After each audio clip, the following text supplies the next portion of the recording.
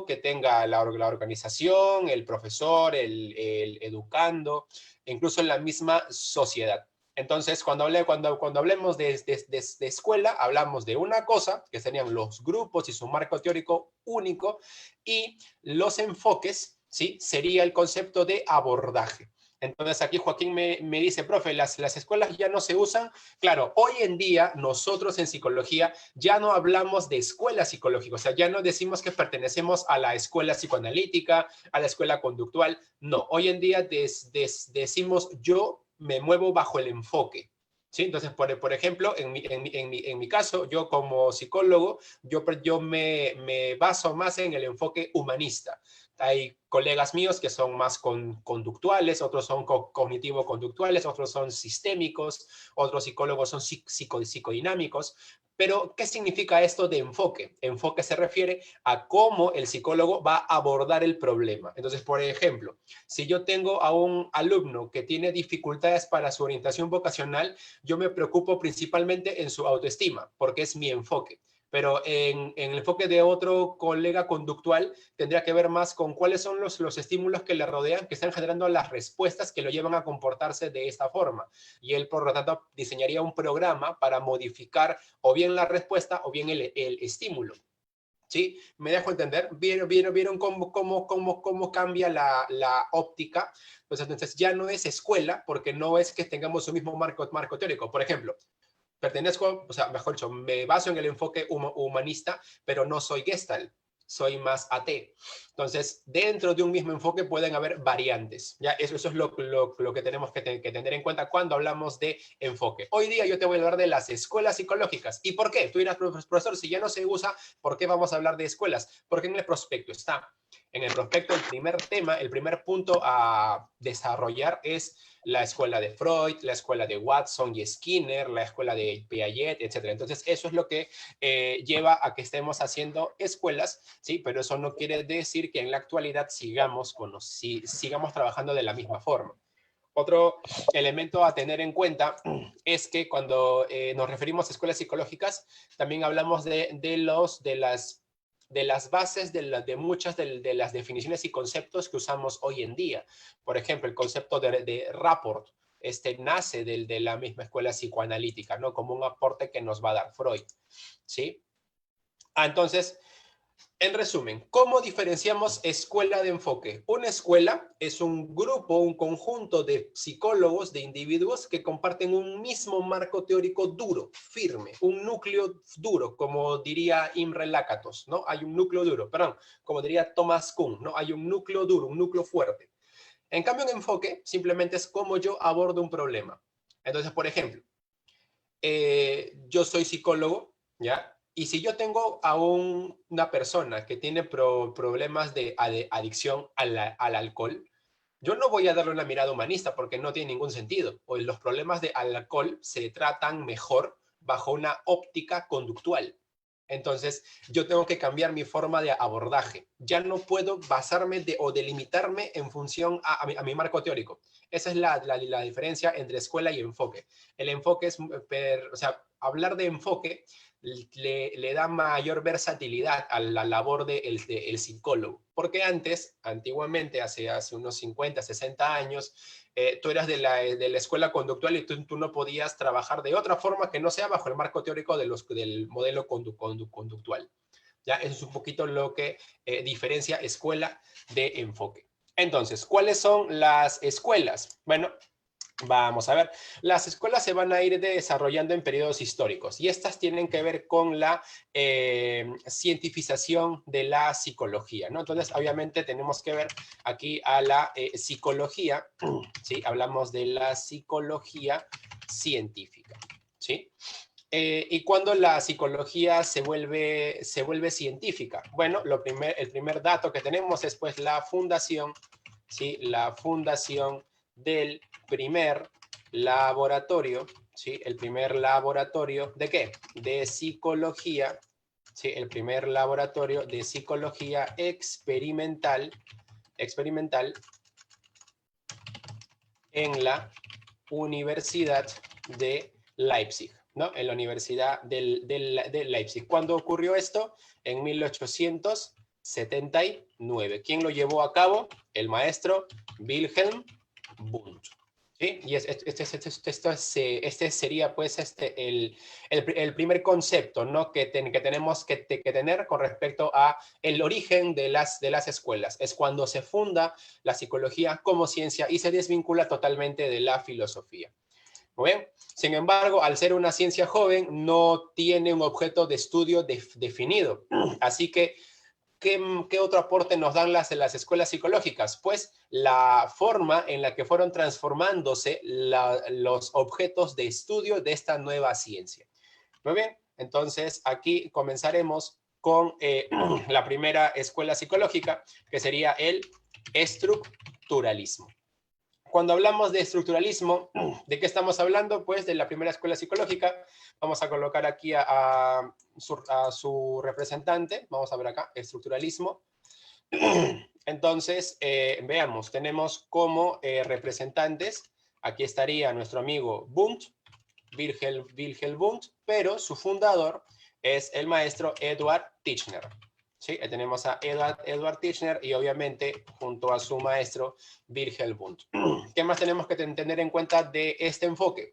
Perdón, de esta escuela, que el estructuralismo sí tiene como objeto de estudio a la conciencia, estudia a la conciencia como una estructura. Para esto ellos van a hablar de los átomos de la conciencia. Este concepto de átomos de la conciencia dice que la conciencia se divide en tres componentes, que serían las sensaciones, ¿sí? Las sensaciones, las imágenes y los sentimientos. ¿Sí? Eso es lo que tenemos que tener en cuenta cuando hablamos de la conciencia en este enfoque. ¿Sí? Ellos, obviamente, para poder estudiar estos tres elementos, tuvieron que utilizar un método. ¿Cuál es el método que utilizan ellos? Pues, a ver, perdón. ¿Cuál es el método? El método es la introspección. Ellos utilizan la introspección experimental. ¿Sí? ¿En qué consistía la introspección? Pues sencillo, era tomar a una persona, ¿no? Y pedirle que cierre los ojos o vendarle los ojos y pues darle un objeto. La persona tenía que decirnos qué sentía, qué imagen se producía en su mente y al mismo tiempo qué emoción podría estar experimentando a raíz de la imagen producida en su mente, ¿no? Y eso se repetía en distintos experimentos. A esto hay que sumarle que el modelo estructuralista tiene su raíz, obviamente, en la tradición de Fechner, de la psicofísica, y de el modelo de el maestro de Wundt, von Helmholtz. Helmholtz, él había hecho estudios acerca de la velocidad de respuesta nerviosa, o sea, cuánto tiempo tarda un nervio en enviar la información sensorial desde el terminal dendrítico hasta el terminal teledendrónico, ¿no? O sea, todo el recorrido que hace el impulso nervioso, ¿no? Entonces, eso lo estudiaba él. Bien, entonces ellos también van a incluir un concepto adicional, que todo lo que se percibe, ¿sí? El todo es la reunión de las partes o es la suma de las partes. ¿Sí? Este concepto es importante porque este concepto luego va a ser replicado por otros autores, ¿no? Quienes van a decir, oye, ¿cómo que el todo es la suma de las partes, ¿no? Esto va a ser luego criticado por otros autores. Bien, entonces hasta aquí el estructuralismo, ¿sí? Una escuela importantísima, fue la primera escuela, pero que va a tener sus detractores en el funcionalismo. ¿Qué pasa con el funcionalismo? Ah, mira, dato interesante que me está olvidando. La escuela de Titchener y Wundt obviamente tiene su inicio en 1879 con la fundación del laboratorio, ¿ya? Por si acaso. Bien, sigamos entonces. Funcionalismo. El funcionalismo tiene como representantes a los maestros William James, ¿sí? William James y John Dewey. ¿Sí? William James y John Dewey, ambos norteamericanos. Ambos van a fundar en 1875 el primer laboratorio de psicología en Estados Unidos, que sería el laboratorio de Harvard. Y tú dirás, profesor, pero si en el 79 se funda el laboratorio de Wundt. ¿Por qué a él le llaman padre de la psicología y no a James, que lo fundó en el 75? La razón es pues que la APA le decidió dar mayor prioridad a la fundación de Wundt bajo el concepto de que el laboratorio que funda Wundt es un laboratorio experimental, cosa que no ocurría en James. En James simplemente era una cuestión de observación de conductas, ¿ya? Eso a tener en cuenta, ¿sí? Cuando hablamos del modelo del funcionalismo, entonces nosotros aquí podemos colocar tranquilamente el año 79, podemos colocar el año 75, ¿no? La fundación de su laboratorio, podemos colocar el 79 como comparativa con la aparición de la escuela estructuralista, o en 1895, cuando se supone aparece el primer documento, ¿no?, que le da sustento a la creación de esta escuela. Así que en internet van a ver cualquiera de esos 3 años, ¿ya? Y no se asusten o no desconfíen, es que no hay una fecha para establecer cuándo aparece esta escuela. Bien, esta escuela que estudia, esta escuela estudia la conciencia, pero como funcional, ¿sí? Como funcional. Para entender esto de lo funcional, hay que entender que ellos tienen una influencia. Su influencia, ¿sí?, de la cual ellos beben, es pues, uno, la teoría de la evolución, ¿sí? La teoría de la evolución.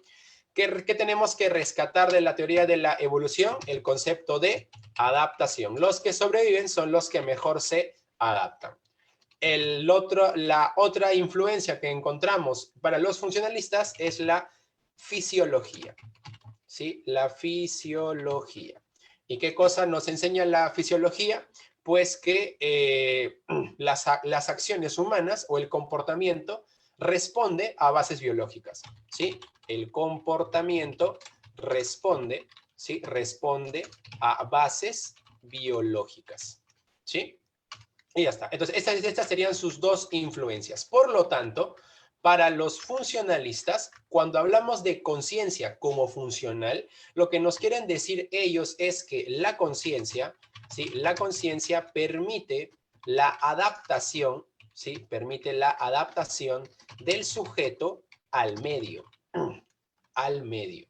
Y obviamente, dicha conciencia, la conciencia como tal, ¿sí?, la conciencia tiene su base o sustento en el sistema nervioso, ¿sí? Ahí tendremos los dos conceptos, ¿sí?, que extraemos del modelo funcionalista. Ahora, pero esto, ¿de dónde lo sacan ellos? O sea, esto tiene que investigarse de alguna forma.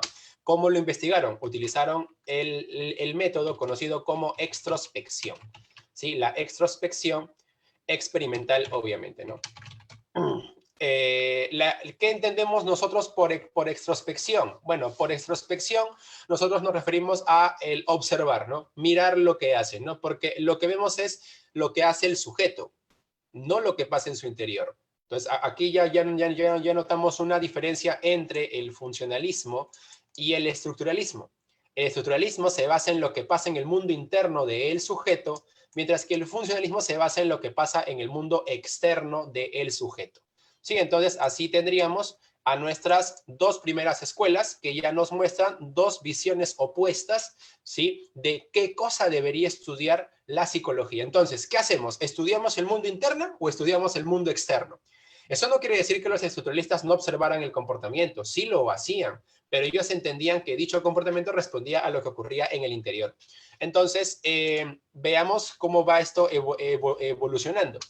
En 1895 va a aparecer el psicoanálisis, ¿sí? El psicoanálisis. El psicoanálisis, ¿qué es? ¿Qué nos va a contar?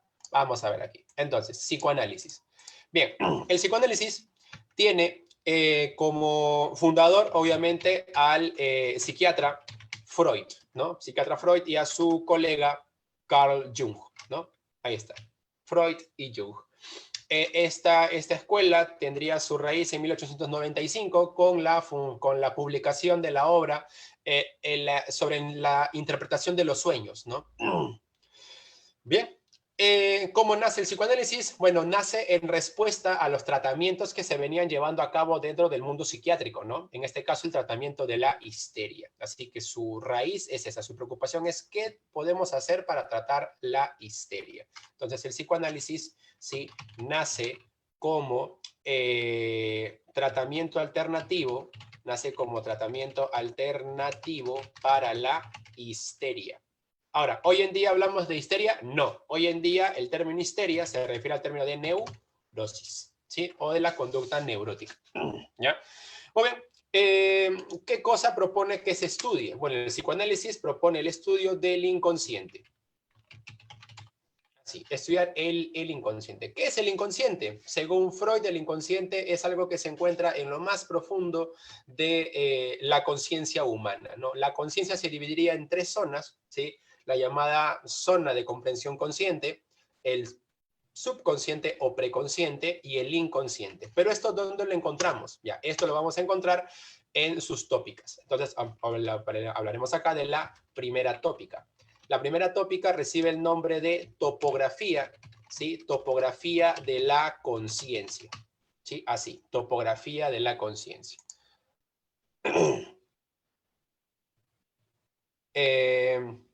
Método de introspección.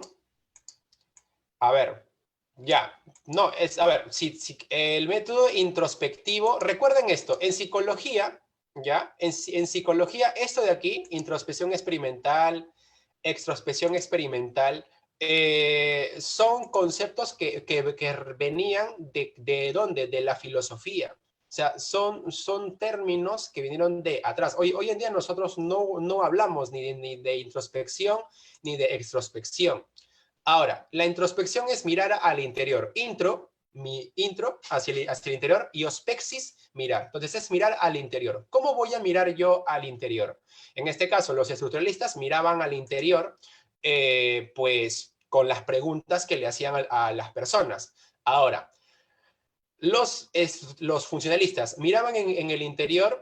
Yo tendría mis reservas porque hay que tener mucho cuidado cuando hablamos de introspección. ¿Por qué? Porque los funcionalistas, y gracias por lo que preguntas, aparte de la extrospección, ellos utilizaban también, ¿qué cosa? Pruebas psicológicas, ¿ya? Ellos usaban pruebas psicológicas. O sea, son los pioneros en el uso de los tests y la psicometría, ¿ya? Pero de ahí decir que esto se vuelve introspección ya no tiene mucho sentido, ¿no?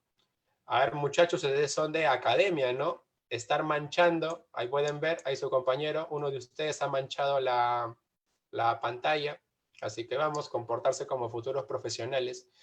Y borre lo que ha Doctor, dibujado ahí. disculpe, ¿podría poner usted la opción para que no escriban? Está en la parte superior de su pantalla. Sí, ahí lo voy a inhabilitar. No, pensé que ya estaba inhabilitado, pero ahí lo borro. Listo, Por ya favor, muchas está, gracias. ya está inhabilitado. Bien, entonces, bien. ¿En qué estaba? Ya, entonces tenemos el concepto de prueba psicológica. Esta idea de prueba psicológica, ¿sí? Tenemos que tenerle en cuenta que no es tanto una visión en el interior, sino es una forma de ir extrayendo datos, ¿sí?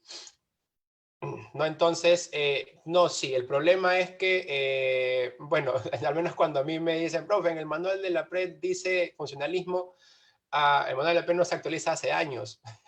Entonces, bueno, no, pero para eso estamos, ¿no? Entonces, no se peleen, profe, si es intro o es extro, ya, porque uno, sobre eso no les van a consultar, ya, así, no les van a consultar si es intro o extro.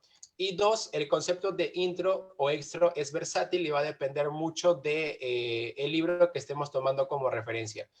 Yo les voy a recomendar que utilicen el texto de Introducción a la Psicología de Charles Morris, ¿ya? Es el libro del cual han salido muchas de las preguntas de admisión, ya en internet creo que está la 14ª edición, así que sería bueno que lo descargasen y lean ese libro, ya, Introducción a la Psicología, el autor Charles Morris, ¿sí? Para que tengan conceptos más técnicos y puntuales de psicología y no tanto los manuales pre. Recuerden que lo que se enseña en la pre es una cosa y lo que viene en examen ordinario es muchas veces otra.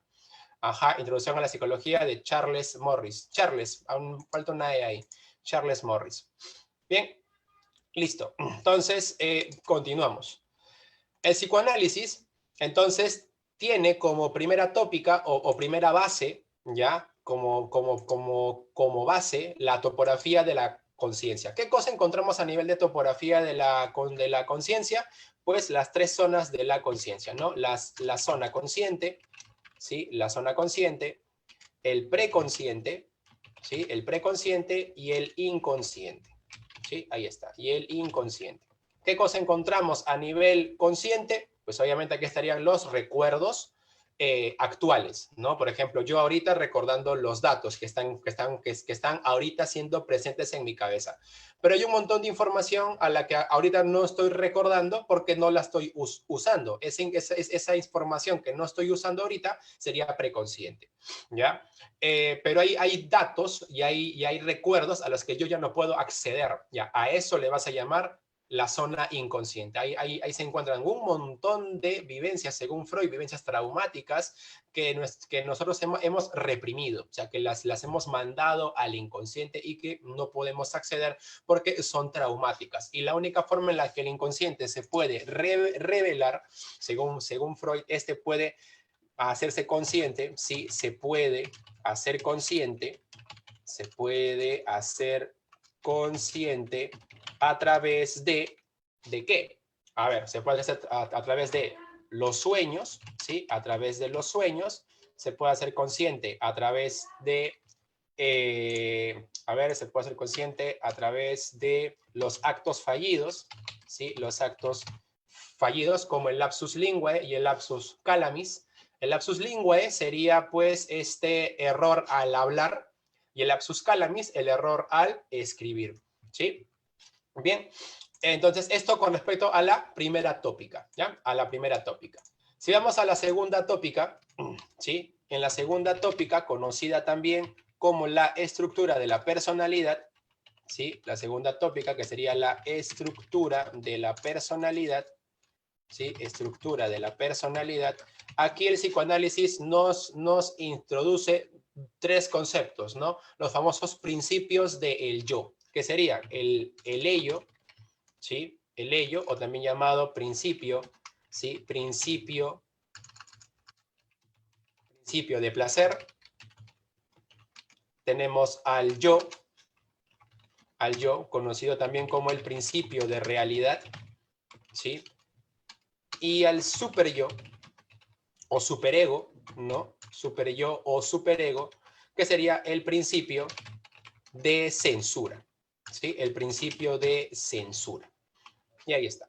Entonces, ello, yo y superyo son estructuras de la personalidad, pero ¿en qué sentido? Ya. Número 1, el ello es el que nos mueve a buscar cosas, querer hacer lo que se nos venga en gana. Por ejemplo, quiero comer, quiero beber, quiero gritar, quiero golpear, quiero saltar y lo voy a hacer. Pero no puedo hacerlo de forma descontrolada porque me podría lastimar. ¿Quién viene entonces a regular la expresión de el ello? El yo. El yo se encargaría de darnos realidad. Ya no solamente buscar satisfacernos, sino darle realidad a dicha satisfacción. Entonces, el ello tiene sed y puede beberse un champú. O sea, la botella de los químicos, ¿no? Para lavarse el cabello. Entonces, yo diría, oye, eso no se puede beber, vamos a tomar chicha, ¿ya? Entonces, el yo le da realidad a lo que hace el ello. Y el superyo viene a censurar, también se le llama principio moral o principio moralista, ¿ya? El superyo viene a censurar la llamada de el ello, pero ya no con realidad, sino con normas. O sea, el superyo se va a regir con las estructuras éticas que se le haya brindado al niño o a la persona a lo largo de su desarrollo. Entonces, si mamá nos dijo que no podemos tomar chicha, hasta que sea la hora de almuerzo, no lo vamos a hacer. Eso no es realidad, por si acaso. Esa es una norma ética, ¿sí? Entonces, ahí Freud resalta algo importante, ¿no? Las construcciones morales no son realidad, son construcciones. Y eso va al superyo. Una censura que vamos colocando. Pero ya cuando hablamos de yo, es ¿qué hago? O sea, ¿qué hago? Tengo que beber. Bueno, voy a beber chicha. Ya no se puede porque el superior se pone especial, entonces voy y beberé agua, ¿no? Del caño o de donde haya, ¿no? Ajá, aquí me preguntan, profe, ¿y el tánatos? Ya, eso se encuentra en el inconsciente. En el inconsciente, entonces, encontramos se encuentran las llamadas pulsiones, las fuerzas, ¿ya? Entonces, las pulsiones pueden ser, o son tres. Número uno, tenemos la pulsión de libido, que sería la de búsqueda del placer sexual, así, placer sexual, ¿sí? Que sería el impulso sexual, ¿sí? El impulso sexual, que puede darse de muchas manifestaciones. Uno, a través de la boca, a través del ano, a través de los genitales, ¿no? Y eso va a configurar las distintas fases del desarrollo psicosexual. Pero los otros impulsos que tenemos, las otras pulsiones, son la de tánatos, ¿sí? Tánatos, que sería el impulso o pulsión de muerte, que sería, por ejemplo, estás con gripe y te pones a comer helado, te pones a pararte en la refrigeradora, estás con gripe y sales a la calle descuidado. Ya, eso es porque en el fondo te quieres morir, ¿no? Entonces, eso es impulso de muerte, ¿ya? Diferente sería el impulso de Eros. El impulso de Eros es el impulso de vida. Aquí lo que hace el sujeto es cuidarse, ¿no? O sea, quiere preservar la vida, ¿no? De aquí, por ejemplo, Alfred Adler, un neopsicoanalítico, construirá los conceptos de el necrófilo y el biófilo. ¿Qué es el necrófilo? Aquella persona que constantemente desea morir y tiene conductas descuidadas, como no bañarse, no comer a su hora, dormir a cualquier momento sin ningún tipo de programación, dejarse llevar por lo que dicen las personas. Él le va a llamar vida necrófila, ¿no? Y el Eros, en Alfred Adler, se va a llamar vida biófila, donde el sujeto se cuida, se protege, tiene una buena alimentación, un buen sueño, toma decisiones con respecto a lo que va a ir mejor y demás, ¿no? Ahí está. Ah, me está hablando por el complejo de Electra. Eso lo va a incorporar Jung. Este señor, Jung, este que está aquí, Jung, él va a introducir el complejo de Electra. Freud hablaba del complejo de Edipo, ¿ya? Pero Jung le dice, oye, ¿y las chicas? Entonces Jung introduce el complejo de Electra. Esto va a generar conflicto. Recuerden que al final Freud y Jung se van a separar, ¿sí? Porque Freud consideraba, pues, que Jung estaba malinterpretando todo, ¿no? Pero bueno, sigamos. Entonces ahí serían las dos tópicas, ¿no? La primera tópica, ¿sí? Las zonas de la conciencia. Y la segunda tópica, la estructura de la personalidad, ¿no? Listo. Claro, muy bien, eso tiene que ver con la sexualidad. Freud es uno de los pioneros en el estudio de la sexualidad. Así que, por último, ya que lo están mencionando, encontraríamos el desarrollo, ¿sí? El desarrollo psicosexual. ¿Qué encontramos en el desarrollo psicosexual? Pues, número uno, encontramos a las fases y una etapa, ¿no? Son 4 fases y una etapa. La primera sería la fase oral, ¿sí? La segunda, la fase anal. La siguiente sería la fase, la fase fálica, ¿sí? La fase fálica. Luego vendría la etapa de latencia, ¿sí? Etapa de latencia. Y por último, la fase genital, ¿no? Vendrían a ser los periodos del desarrollo psicosexual. Dato, profe, ¿por qué le pone etapa y por qué no le pone fase? Ya, recuerden esto, en psicoanálisis se le va a llamar fase a aquella donde se expresa a través de una zona erógena la libido, ¿ya? En cambio, etapa se le llama porque en este periodo no se manifiesta la libido, no hay ninguna zona erógena a través de la cual la libido se manifieste, ¿ya? Por eso a esta se les va a llamar fases y a esta se le llama etapa. Sí, por si acaso. Esa es una distinción que se hace en el diccionario de psicoanálisis, ¿ya? Muy bien, entonces esto sería Freud. Como se han percatado, es casi un montón. Ciencia de vida de la espalda. Muy bien, Joaquín, exacto. ¿Qué es lo que pasa? Profe, como que hemos dicho un montón de Freud, sí, mira todo lo que acapara Freud y mira lo que hemos hablado poquito de estos dos. Si bien es cierto, la teoría de Freud es muy compleja y muy rica, esta va a caer en muchos vacíos, como por ejemplo, ¿de dónde rayos sacó que existe el inconsciente? La primera crítica fuerte que se le hace a Freud va a ser dentro de la misma psiquiatría. ¿Ya? Los mismos psiquiatras de su tiempo van a rechazar los postulados de Freud porque no tienen sustento biológico. Entonces, primera crítica, la psiquiatría de la época, de finales del siglo XIX. La segunda gran crítica que va a recibir el psicoanálisis va a venir de Popper. Karl Popper va a escribir un libro que se llama Los dos grandes problemas de la epistemología, y en ese libro se va con todo contra Freud. Va a escribir luego otro libro, ¿ya? Donde va a irse contra Freud y contra el marxismo.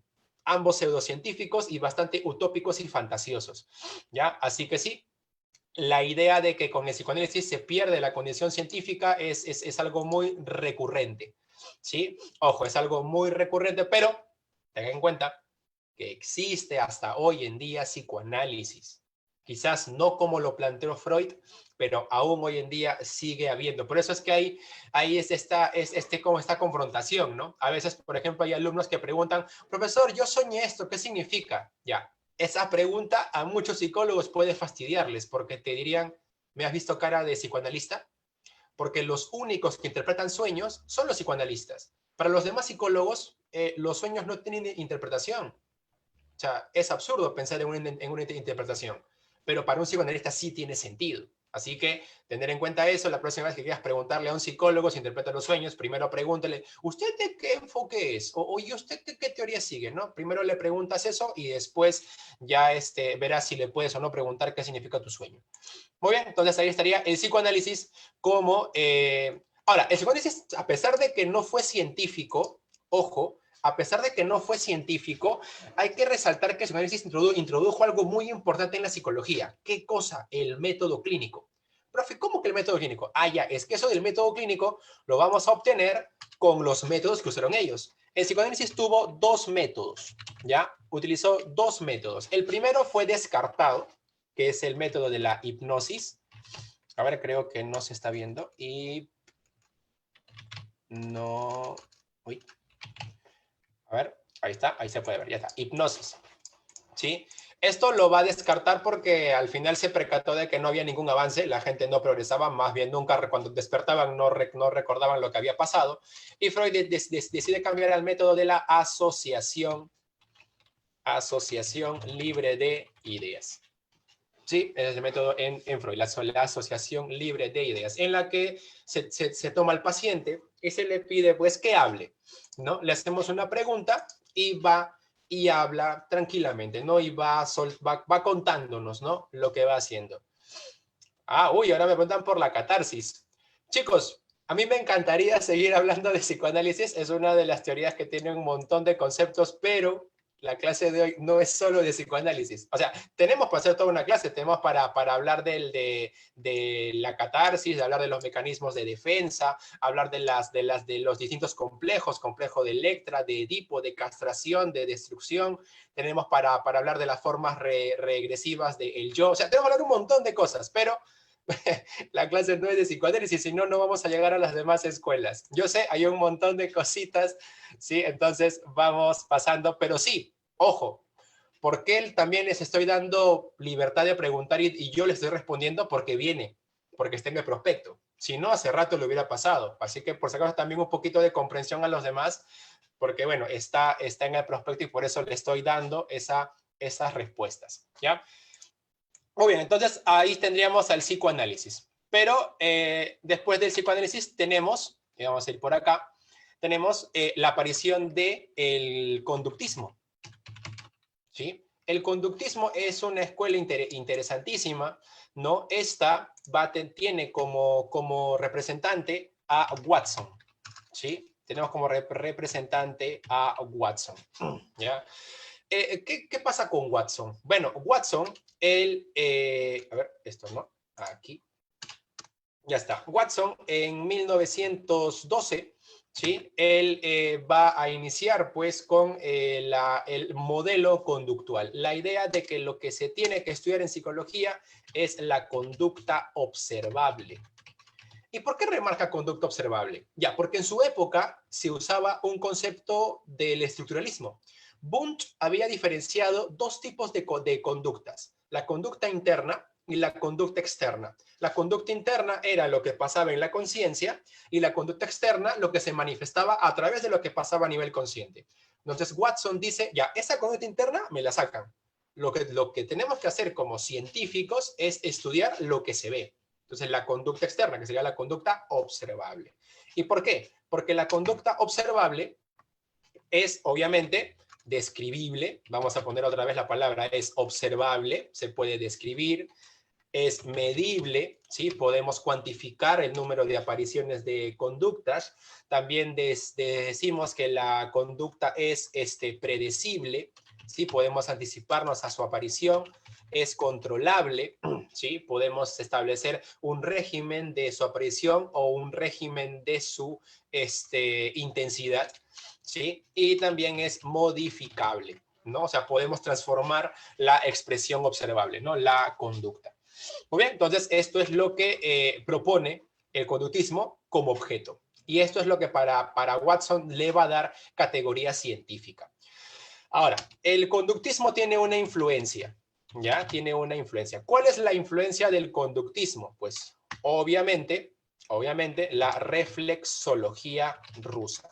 ¿Sí? La reflexología rusa, que fue introducida hace unos años como parte de las escuelas psicológicas por San Marcos, ¿ya? Pero tengan en cuenta que eso es a nivel pre. Ya cuando estén estudiando en la carrera universitaria van a ver reflexología, pero como un modelo de modificación de reflejos cuando lleven cursos como análisis experimental de la conducta, diseño experimental del comportamiento o psicología comparada, ¿ya? Pero no es una psicología, no es una escuela psicológica, es una escuela fisiológica, es una subrama de la fisiología, ¿sí? Pero San Marcos la incorporó como parte de las escuelas, pero no es una escuela psicológica, ¿ya? Pero se toma en cuenta por su relevancia en los estudios conductuales, ¿sí? ¿Qué cosa encontramos en la reflexología rusa? Obviamente, aquí estaría su representante Iván Pavlov, ¿no? Junto con sus colegas Sechenov, ¿no? Sechenov y Betcherev. Betcherev. Ya está. ¿Qué cosa estudiaba la reflexología? Bueno, ellos estudiaban los reflejos condicionados, ¿no? Los reflejos condicionados. ¿Cuál es el aporte principal de esta escuela fisiológica? El condicionamiento clásico, ¿no? La idea de que se aprende, según el condicionamiento clásico, el aprendizaje, ¿sí? El aprendizaje se da por asociación de estímulos, ¿sí? Eso es lo que establecen, ¿no? En este caso, la asociación de un estímulo incondicionado, ¿sí? Con un estímulo inicialmente neutro, para que luego se convierta en un estímulo condicionado. En este caso, el estímulo pase a ser, para que el estímulo neutro, ¿sí? Pase a convertirse, el estímulo neutro, ¿sí? Pase a convertirse en estímulo condicionado, ¿no? Ese es el modelo básico, no lo vamos a tratar, eso lo vamos a ver cuando hagamos el tema de aprendizaje. Muy bien, entonces ese sería el punto, ¿no? El punto de influencia del conductismo. Dentro del conductismo, obviamente, si hablamos de su método, ellos van a usar el método experimental, ¿sí? El método experimental como diseño de investigación. El caso más relevante del conductismo, obviamente, va a ser el modelo de el experimento con el pequeño Albert, ¿no? El caso más memorable. Bien, pero este es conductismo y su modelo. Pero el conductismo, ¿sí? Como gran crítico del psicoanálisis, va a luego ser reformulado tiempo después por otra persona, Skinner, generador del neoconductismo, perteneciente al conductismo de segunda generación. Hoy en día estamos en la tercera generación de los modelos conductuales. hoy en día. Hoy en día hablamos de interconductismo, por ejemplo. ¿Ya? Y hablar de conductismo es hablar de la prehistoria, ya si hablamos ya de modelos conductuales actuales. Bien, entonces ahí tendríamos al conductismo. La siguiente escuela que tenemos que resaltar sería la de la Gestalt, la escuela Gestalt. Was ist Gestalt? ¿No? Una pregunta que haríamos, ¿no? Si habláramos alemán. Was ist Gestalt? O sea, ¿qué cosa es Gestalt? Ya, Gestalt significa en alemán forma. ¿Sí? Es por eso se le conoce también como la escuela de la forma. Esta tiene como representantes a Kurt Kafka, ¿sí? También está aquí nuestro amigo Max Wertheimer. Tenemos a Wolfgang Köhler y Kurt Lewin, ¿no? Cada uno con sus respectivos aportes, ¿no? Kafka, la ley de figura y fondo; Wertheimer, los estudios del fenómeno phi, fenómeno estroboscópico y las leyes de agrupación; Wolfgang Köhler con la teoría del aprendizaje por insight; y Lewin con su teoría del campo, ¿no? Que tiene que ver con el manejo de actitudes. Entonces, la escuela Gestalt es una escuela súper amplia, muy amplia, o sea, tuvo un montón de aportes en distintas áreas, ¿ya? Aquí resaltamos su punto, o sea, su pico más alto en 1942. La escuela inicia en 1913, pero es recién en el 42 cuando vemos que tiene mayor presencia, ¿ya? Bien, ¿qué cosa proponen ellos? ¿Qué se debe de estudiar? Obviamente, la percepción, que tiene que ver ¿con qué? Con una actividad de la conciencia, ¿sí? Y esto es importante porque esto permite que entendamos algo. Aquí. ¿Ven esto? 1, 2, 3 y 4. Estas 4 escuelas tienen un nombre. A las 4 las puedes agrupar en las llamadas escuelas conciencialistas. ¿Y por qué se les va a llamar así? Porque todas hablaban de la conciencia.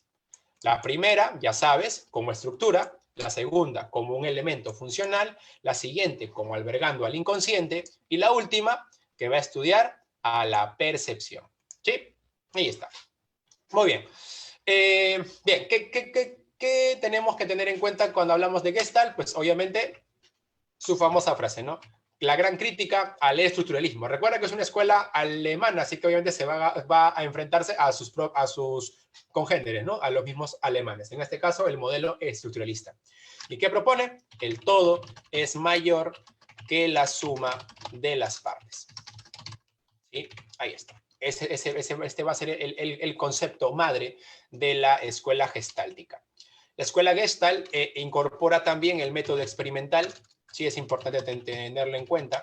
Acá vamos a destacar las formas de investigación de Wolfgang Köhler y Wertheimer, ¿ya? Aportes que tenemos dentro de sus estudios de la percepción, pues obviamente van a ser, cuando hablemos de percepción, su gran aporte, ¿sí? Perdón. Su gran aporte obviamente son las leyes perceptuales, ¿sí? Las leyes de percepción y obviamente los fenómenos ilusorios. Los fenómenos ilusorios. Cuando hablamos de leyes perceptuales, acá solamente recordar a modo breve, ¿sí? A modo breve tendríamos la ley de figura y fondo, ¿sí? De figura y fondo, y las leyes de agrupación.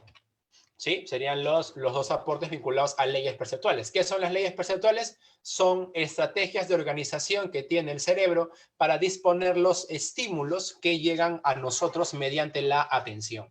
¿Y los fenómenos ilusorios qué son? Pues obviamente son estos fenómenos de movimiento aparente, ¿no? La ilusión de movimiento aparente, destacando aquí el fenómeno phi, que sería este movimiento aparente de las luces, del encendido y apagado de luces. Luego tenemos el fenómeno estroboscópico, que sería este efecto de aparente movimiento, pero con imágenes estáticas. Y luego tendríamos el efecto autocinético, ¿sí? Autocinético, que sería la idea de movimiento por mover los ojos en torno a una imagen, ¿sí? Muy bien, entonces ahí estaría entonces el aporte de la escuela Gestalt. Pero vamos, estamos en el 42. Avancemos un poquito nada más y ¿a quién vamos a encontrar? Encontramos aquí al movimiento humanista. Movimiento humanista. ¿Y por qué pongo movimiento? Porque no nació como escuela. Esto es lo interesante. El movimiento humanista no nace como escuela. Incluso sus mismos representantes, mismos representantes no pensaban lo mismo entre ellos. Se van a diferenciar mucho. Y por eso podemos decir que el llamado movimiento humanista sería la madre de los futuros enfoques psicológicos. ¿Ya? Así, la madre de los enfoques psicológicos. Hoy en día es un poco erróneo hablar de enfoque humanista. Yo aún lo hago porque aún me queda la tara de mi vida como alumno de academia hace mucho tiempo, pero lo correcto es hablar de enfoque fenomenológico, ¿ya? Por si acaso. Hoy en día lo más adecuado, lo honesto sería decir enfoque fenomenológico, cuyas variantes son el modelo humanista de Verne, de Milton Erickson, de la PNL con Grinder y Bandler, o sea, pero no hablar de un enfoque humanista. Pero bueno, la misma PRE también pone enfoque humanista, pero ya te voy diciendo, hay conceptos que cuando ya estés dentro van a cambiar. Ya tú sigue hablando de modelo humanista, pero los que vayan a postular hacia psicología y ya estén haciendo investigación o estén dentro de la cancha como profesionales, abstenerse de usar esa palabra porque está equivocada. Bien, ¿qué encontramos en el humanismo?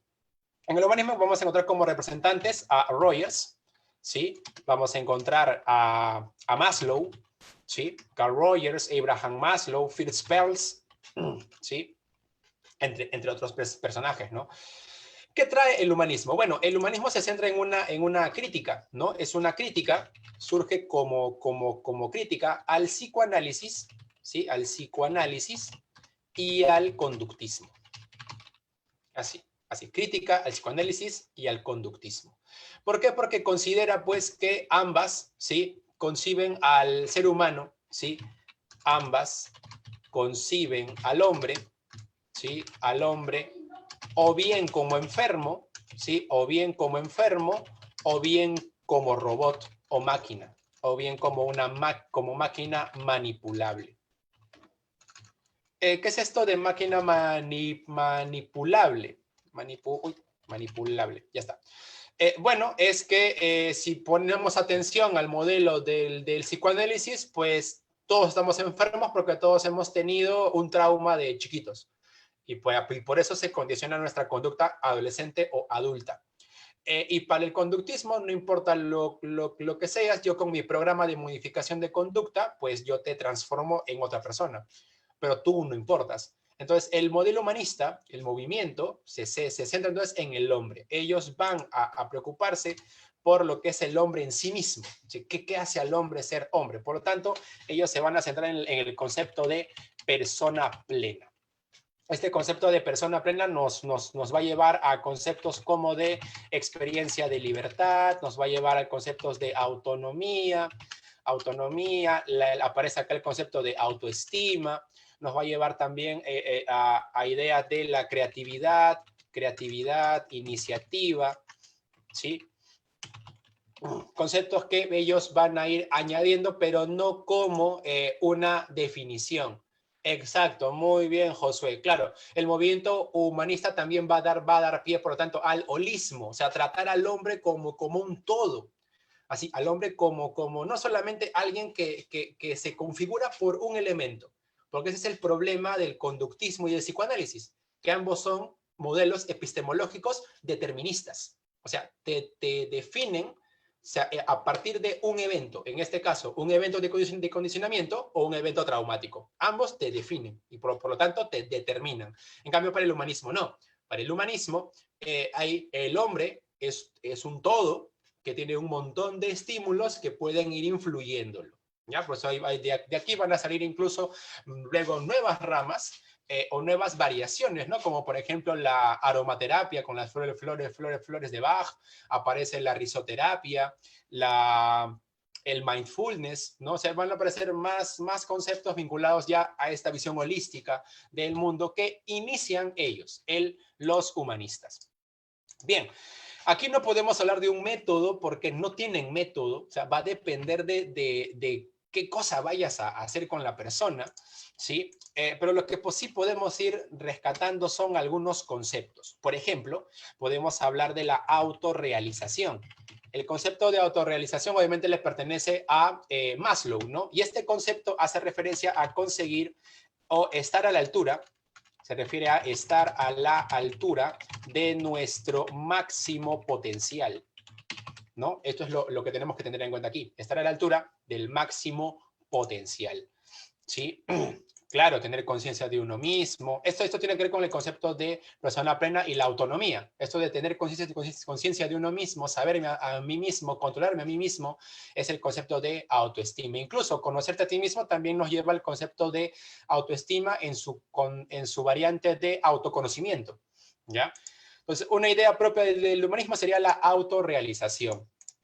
Otro concepto es la terapia centrada en el cliente. Terapia centrada en el cliente, que sería el aporte de Rogers, ¿no? La idea es que acá lo que se busca es desterrar el concepto de paciente. ¿Por qué? Porque si ya le dices paciente a la persona, ya la asumes como enferma. Entonces mi modelo, ¿no? que es el que yo sigo, en el que me ubico yo no suelo decir pacientes, siempre les digo clientes, ¿no? Porque para mí no están enfermos. Y acá viene un segundo aporte de Rogers, que es la confianza plena en la persona. Confianza plena en la persona. Consideramos que el sujeto va a tomar sus decisiones y nosotros solamente somos facilitadores o guías, ¿sí? Y otro concepto es el de la independencia del yo. Independencia del yo, que sería un aporte de Peirce, ¿no? Esta idea de que del yo soy yo y tú eres tú, ¿no? Este concepto muy famoso en modelo fenomenológico. Yo soy yo y tú eres tú. Y tú eres tú. Que nos lleva a los modelos de terapia Gestalt, ¿no? La famosa oración del psicólogo humanista, ¿no? Rapidito, no me voy a demorar ni un minuto. Dice así, yo soy yo y tú eres tú.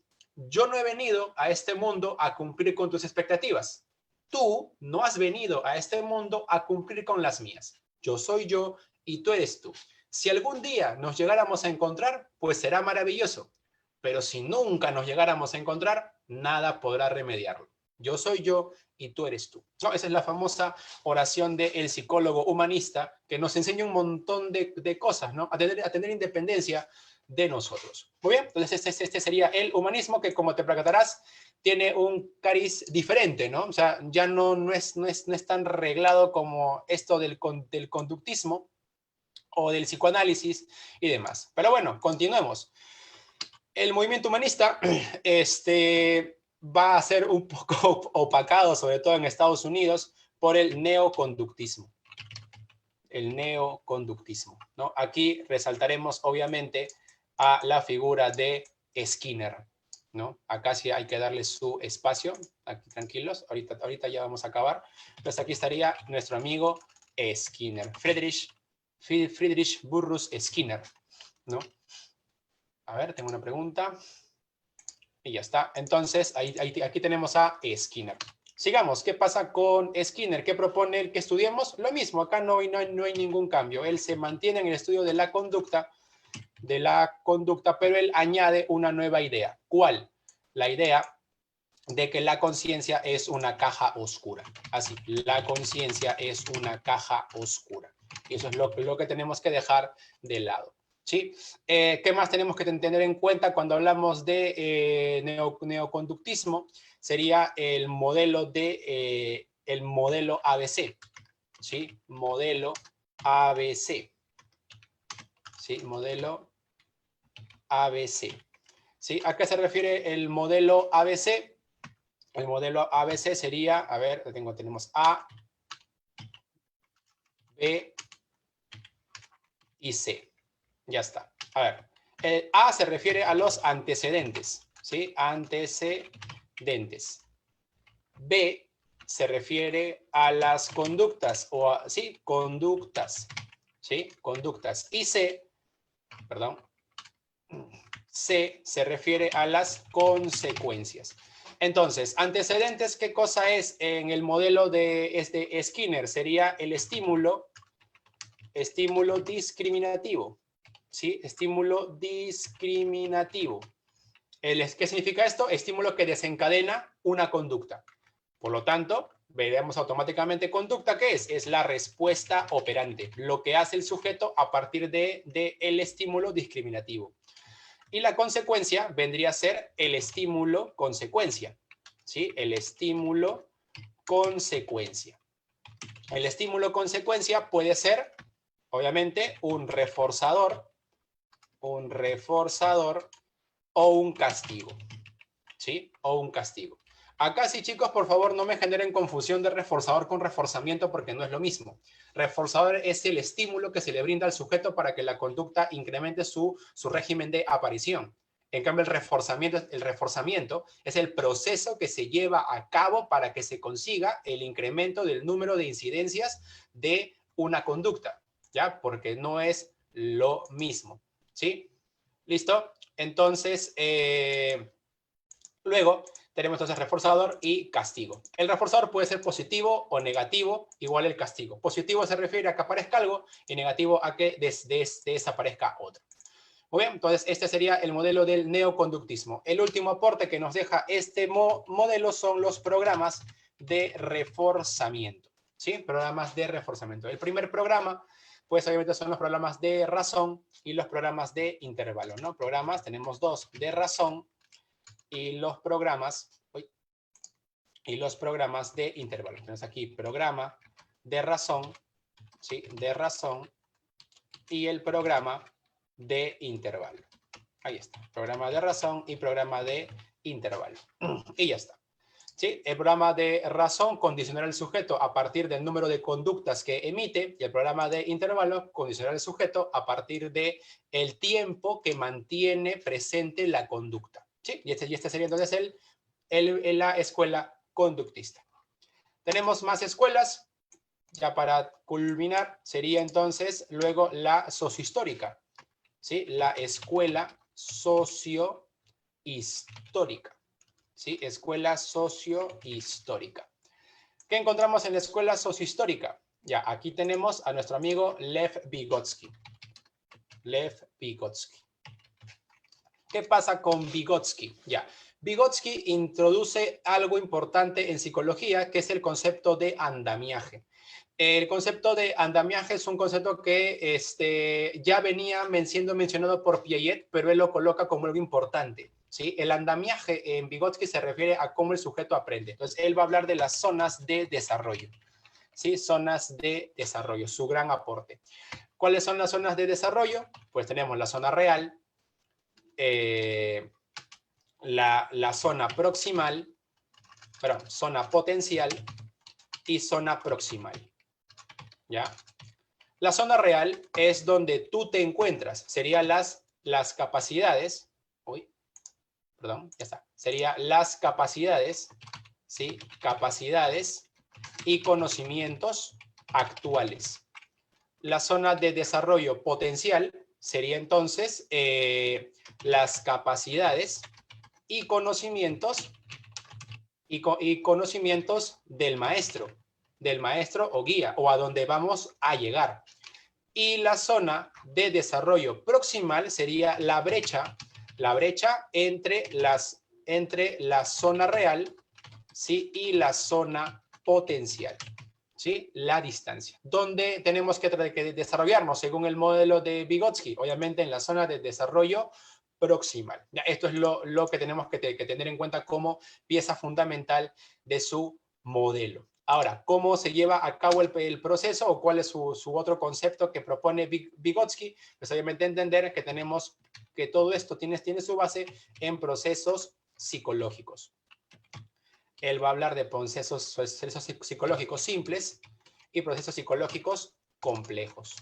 Sin embargo, sobre esto Vygotsky no aclaró mucho, no tenemos una claridad al respecto, y por eso que su modelo, de un modo u otro, algunos lo consideran incompleto, pero sobre esto, porque si vamos a hablar de cómo se desarrolla el sujeto, sí, obviamente que todo eso sí quedó totalmente bien explicado, pero ya profundizaremos mucho más cuando estemos hablando de teorías del aprendizaje. La última escuela en aparecer sería obviamente el cognitivismo. El cognitivismo, ¿sí? Tiene su raíz, obviamente su base en nuestro amigo Piaget. Acá está. Aquí tendríamos al filósofo Jean Piaget. Jean Piaget. ¿Qué cosa encontramos con Piaget?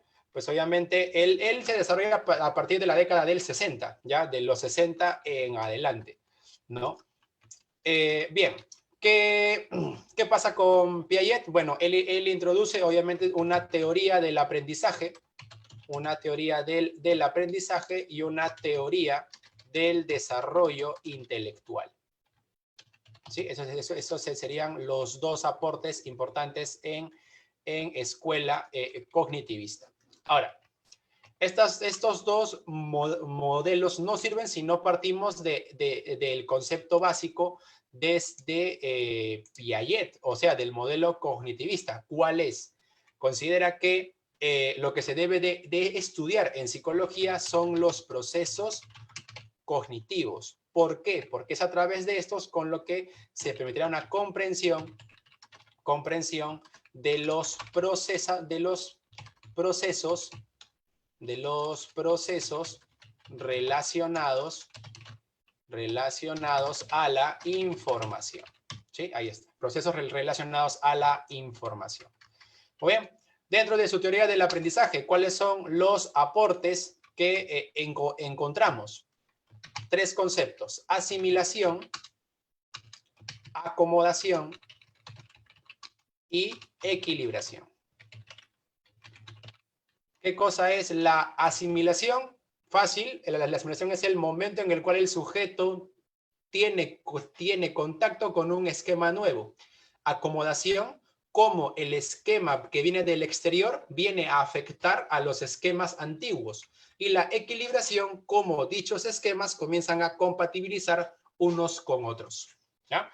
Luego tenemos el desarrollo intelectual, que se desarrolla y acá viene el problema interesante, ¿no? A nivel preuniversitario, 4 estadios, por si acaso. Pero si es que en algún momento San Marcos te pone un texto y te ponen 3 periodos, no digas, ¡ah! San Marcos se equivocó, San Marcos está mal. No, son los manuales los que cometen el error. Piaget habla de 3 periodos del desarrollo, pero a nivel pre nos quedamos con los 4 que divide el final, ya que sería el estadio sensorio-motor, el otro, el estadio preoperatorio,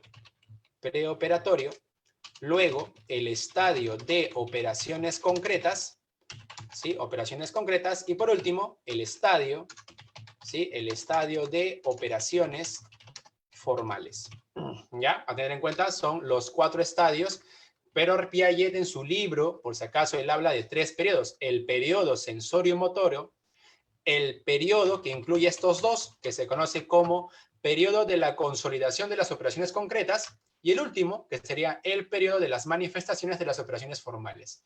Pero él divide el periodo de consolidación de las operaciones concretas en 2 subperiodos: el estadio preoperatorio y el estadio de operaciones concretas. A nivel preuniversitario, manejamos estos 4. Pero como a San Marcos se le ha puesto de moda poner textos, que no te extrañes si es que en algún momento ponen Piaget y te ponen 3, no es un error. El error es el conocimiento preuniversitario que se maneja. Es como cuando vinieron las preguntas de filosofía y la gente dice, eso no me han enseñado, eso no es verdad. No, es que a nivel pre se enseña de una forma y a nivel universitario de otra. Recuerda que San Marcos se basa en lo que te propone que estudies y que leas, no en lo que te enseña un libro o un manual preuniversitario. Es un poquito que hay que entender la forma en la que está trabajando hoy en día San Marcos con sus preguntas DECO. Ya van a ponerte textos y San Marcos no puede alterar un texto porque está haciendo una cita, ¿ya? Muy bien, entonces ahí estarían los 4 estadios, ¿sí? Cada uno con sus propios logros. El estadio sensorio-motor, el que nos importa aquí, él habló de la famosa permanencia del objeto, ¿sí? La permanencia del objeto en el estadio preoperatorio. Resaltamos el famoso juego simbólico, ¿sí? Operaciones concretas, el concepto de reversibilidad, y el estadio de operaciones formales, pues el pensamiento abstracto. El pensamiento abstracto. Profe, ¿y esto tiene coincidencia, tiene algo de relación? Pues sí.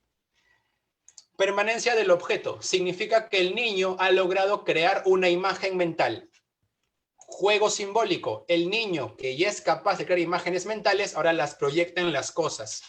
Reversibilidad, el niño entiende que la imagen mental que aprendió en un sentido puede ser revertido en el otro.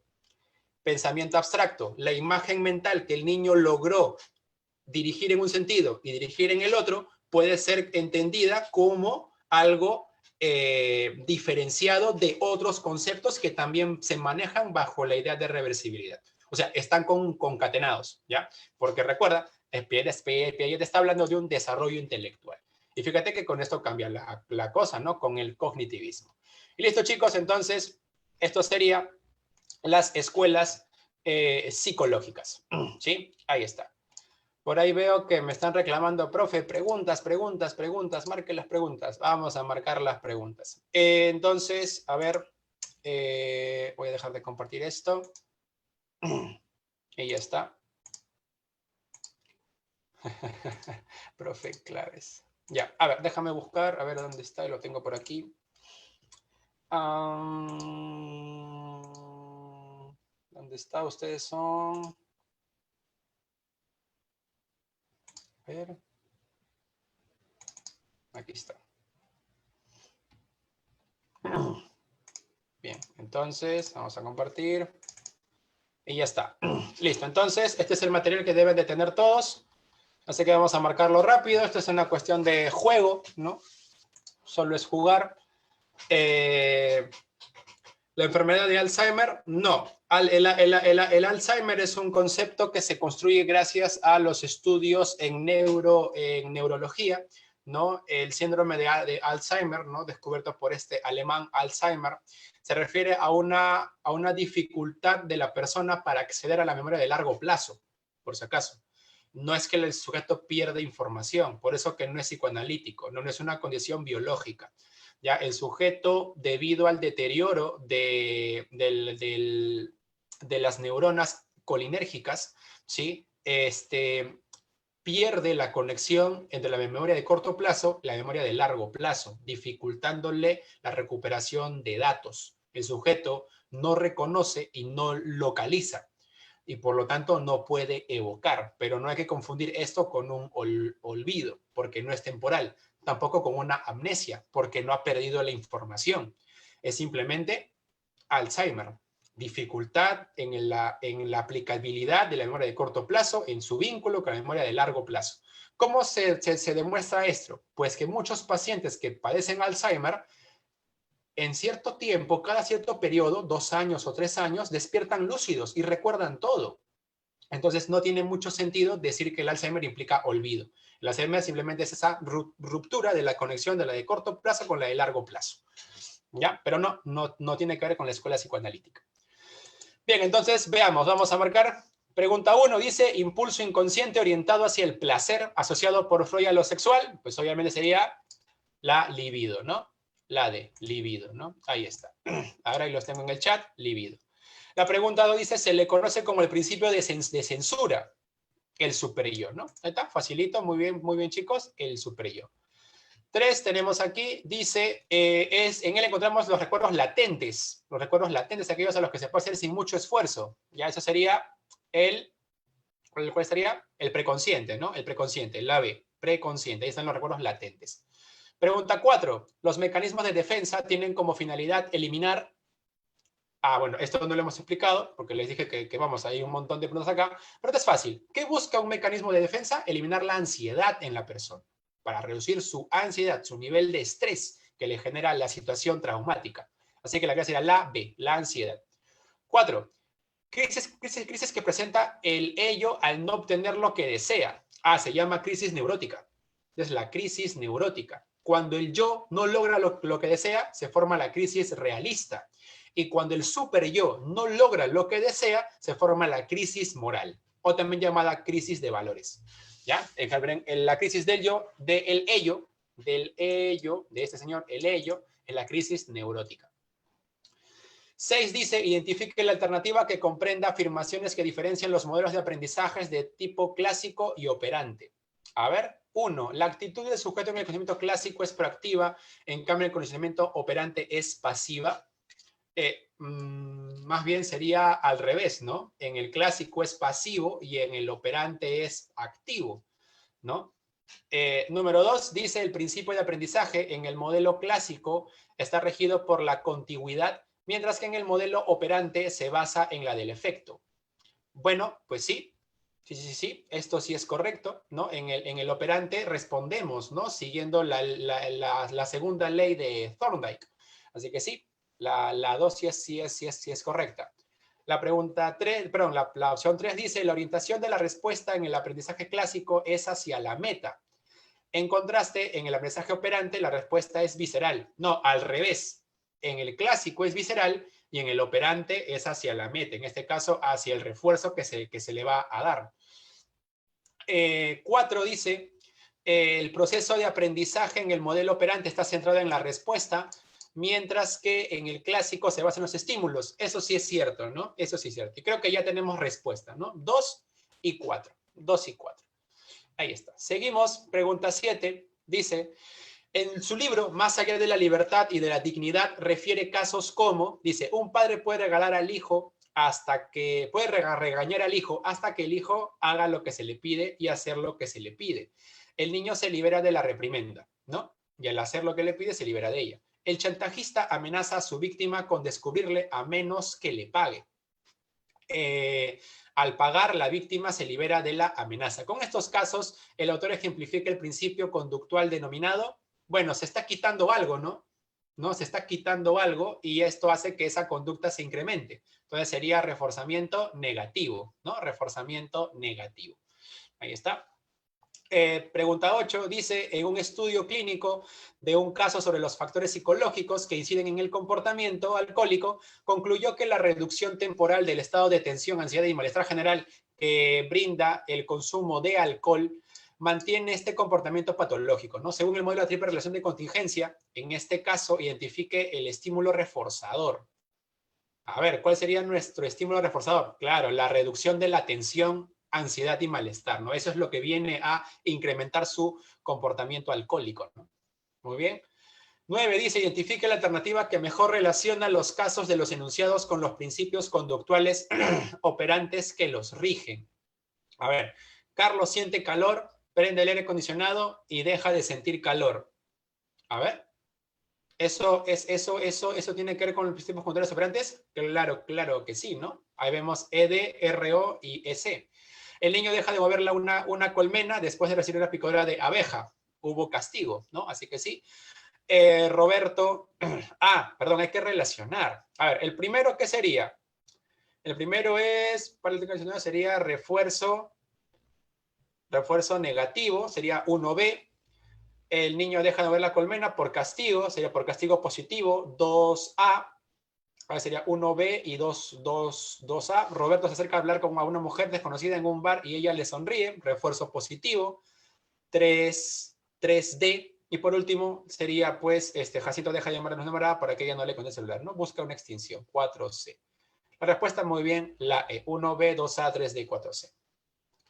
Última, y pasamos a siguiente, a filosofía. 10 dice, existe una confusión en discriminar los principios de extinción y castigo negativo en el condicionamiento operante. Si bien tanto en la extinción como en el castigo negativo se deshabilitan las respuestas después del retiro de reforzadores, sin embargo, la extinción ocurre cuando el reforzador específico que mantenía la respuesta condicionada ya no se presenta. En cambio, en el castigo se retira cualquier otro reforzador. Entonces, un ejemplo se presenta cuando, a ver, nos están hablando del castigo negativo, o sea, tiene que haber una pérdida de algo. Claro, la B, ¿no? Debido a las tardanzas de un obrero, su jefe procede a descontarle el salario, ¿no? Le quita algo para que de esta forma la conducta se reduzca. Muy bien, chicos, entonces pasamos a la siguiente porque si no me voy a quedar corto con filosofía. Profesor, disculpe, Entonces vamos a ¿puedo filosofía esperar un rapidito. minutito para hacer la grabación de la otra clase? Ok, ok. Por Vale, favor, vale. un minuto nada más, un minuto. Gracias. Ya, ok.